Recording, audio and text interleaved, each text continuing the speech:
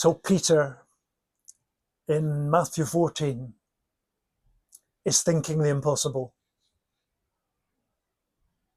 Jesus doesn't need to come to me, I need to go to him.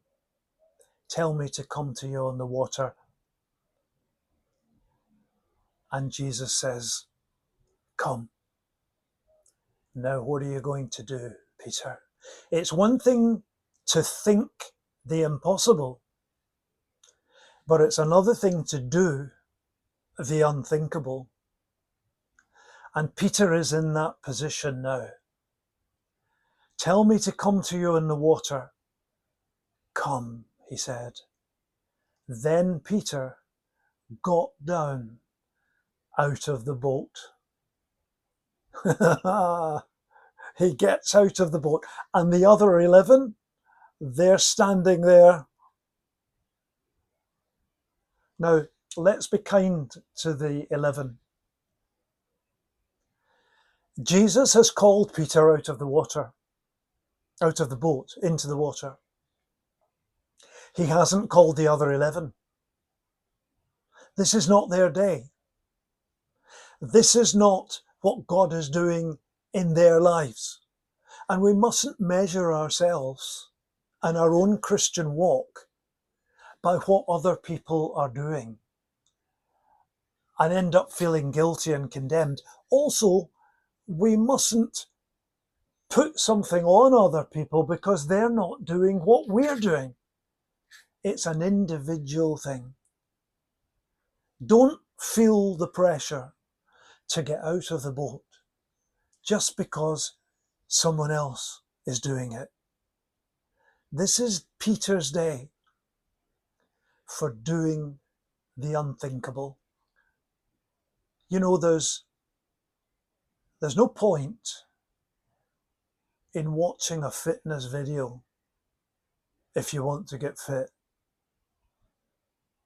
You watch that video for an hour every day while you're eating your chips and sitting with your feet up and thinking, this is going to make me really fit. No, it's not. No, it's not. You have to do something. So Peter, it's not good enough to think the impossible, though that is good. You've got to do the unthinkable. I'm just thinking of David, King David, dancing before the Ark of the Covenant as he's moving it into Jerusalem to David's tent, where it's going to sit there and there's going to be a new day.